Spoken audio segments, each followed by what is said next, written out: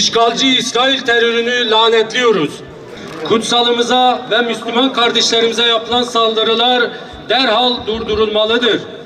Tüm dünyayı bu saldırılar karşısında tavır almaya ve İsrail'e yaptırım uygulamaya davet ediyoruz. Unutmayalım, tüm insanlık ailesi olarak Mescid-i Aksa bize emanettir.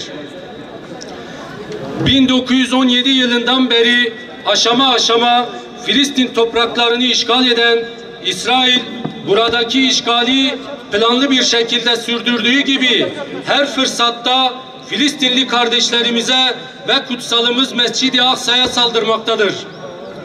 İsrail'in insanlığın ortak değerlerine, temel insan haklarına, uluslararası hukuka ve insana dair her türlü değere aykırı bu eylemleri derhal durdurmalıdır. Bugün bunu sağlamak tüm insanlık için bir görevdir.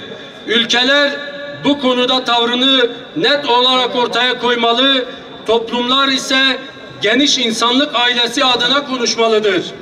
Devletimiz de orada uluslararası askeri güç bulundurmak dahil her türlü seçeneği düşünmelidir. Artık sözlü kınama dönemi bitmiştir.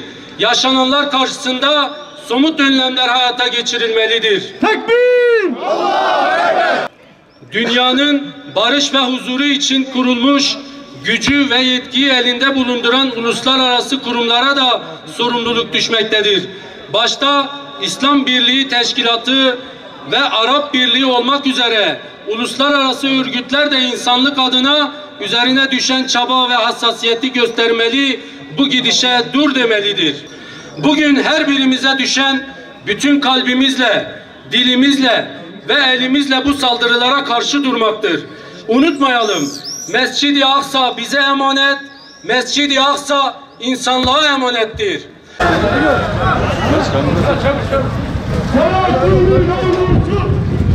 Kafirlerin korkusu! Kafirlerin korkusu! Kafirlerin korkusu! Rezil cehennem! Zülmur! Zalıma! Rezil cehennem! Zülmur! Zalıma! Tekbir! Tekbir!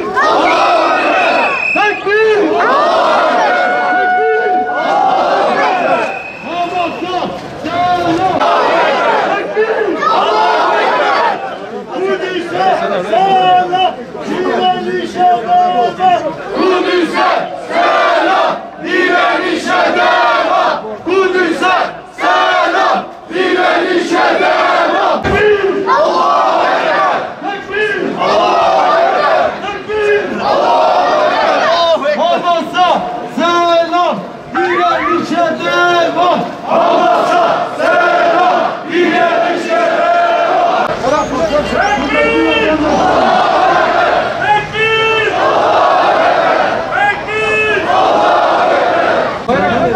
Abi